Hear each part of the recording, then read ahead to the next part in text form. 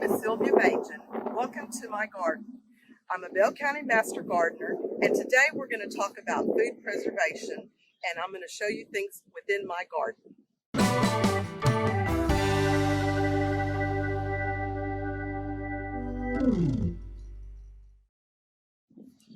Today we're going to talk about food preservation, and I wanted to go over a few things that do well with freezing. So some of the things that I have in my garden are cucumbers, and they're doing really good. Now, cucumbers are not one that freeze well, but you can pickle them, can them, however way you want to. Another vegetable that I really like is my eggplant, and this year they're doing very well. These do well for freezing, slicing them up, and then boiling them and putting them away. It's really a good vegetable. And then even herbs you can freeze as well. My basil is doing beautiful this year. All of this basil right here is voluntary basil. I did not have to plant it myself. It comes up every year. But you can cut this up and clean it up and then freeze it either in oil or just dry freeze. Those do really well.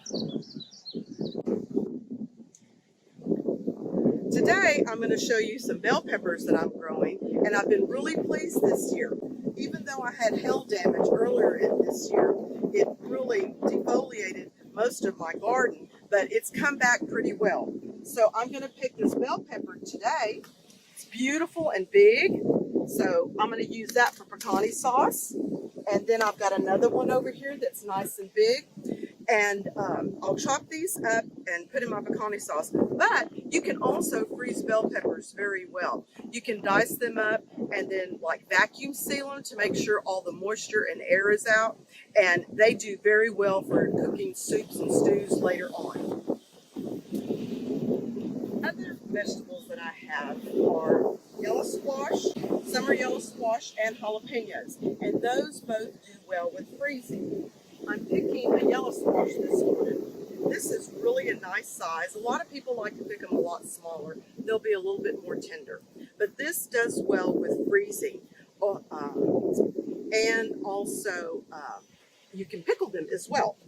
Now, on my jalapenos, I've got growing. I just dropped one. But these do well for canning, like in pecani sauce or something. But you can also freeze these, either whole or you can dice them up. So those are two other vegetables that do well with freezing. One of my favorite vegetables is zucchini. And again, this is my row of zucchini, and it got pretty much demolished in the hailstorm we had a month ago. But it's doing really well, it's recovered. And I love zucchini to cook in many ways. This does really well for freezing. You can grate it up and freeze it and save it later for the wintertime for making zucchini breads and cakes. So this is really a good vegetable. I normally let them get about maybe twice as big because I want more zucchini to grate up so I can freeze and preserve later. Another great vegetable for freezing are beans. Over here, I've got my Kentucky Wonder beans, and they're slow coming out this year. In fact, I didn't even think I was going to get much of a crop. But these freeze really well. Again, you would blanch them and then package them in your containers, and they do wonderful for cooking later on in the wintertime. Now we're at my vegetable garden area where I have my tomatoes. I have about 5 different varieties: Roma, Celebrity, Early Girl, Better Boy, and the Sweet 100s. And this year I have had a fantastic crop. This row back here is my Romas, and they really got just battered after the hailstorm. But they've come back okay. And I had a lot of broken branches, and it bruised, probably the first batch of tomatoes that came out. And I had to throw a lot of those away. But they're coming back really well. You can see my Romas are determinate plants, so they're only going to grow so high.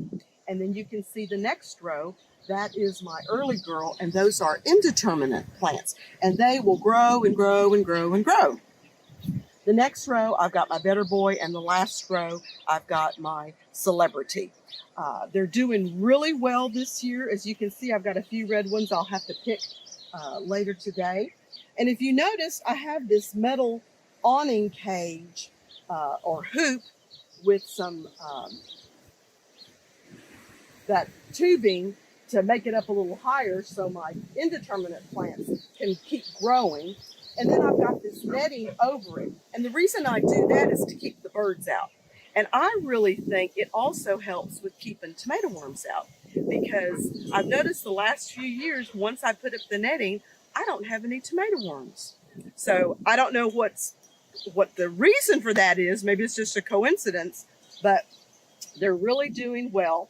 And one thing I didn't mention, in my garden, I've got that landscape material over all of the garden, and then around each plant I've got mulch to help with keeping the moisture in, and I've got soaker hoses that run along all of the plants, and with the mulch on top of that, that makes the water stay down and not fly off anywhere.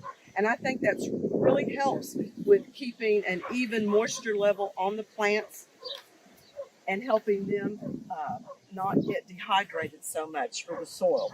So this is my tomato plant, and I'm really pleased with it this year.